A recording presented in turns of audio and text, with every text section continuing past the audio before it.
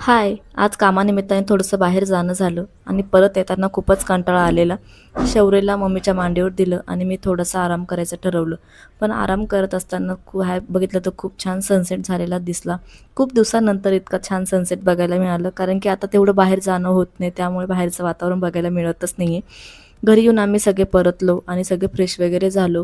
आता मी पण फ्रेश झाली आणि म्हटलं घरात दिवा वगैरे लावून देऊया, कारण की माझ्या घरामध्ये स्वामी समर्थांचा खूप छान मोठा फोटो आहे. त्यामुळे मी संध्याकाळी दिवा न चुकता लावलाच जातो.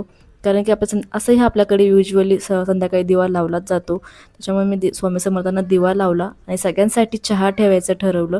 मी सगळ्यांसाठी चहा करते. मम्मी मला बोलली की मी सगळ्यांसाठी स्वयंपाक करते. पण मम्मी पण खूप दमलेली होती, कारण की शौर्य खूपच त्रास देतो त्यामुळे.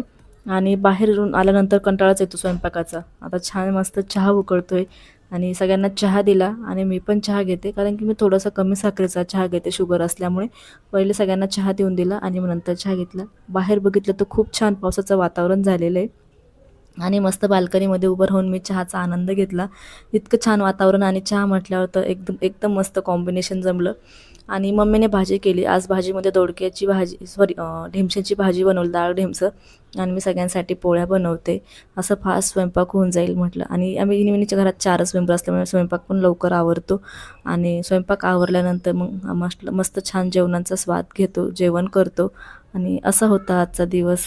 तर चला, भेटू नेक्स्ट ब्लॉगमध्ये. तोपर्यंत आपल्या चॅनलला नक्की फॉलो करा. बाय.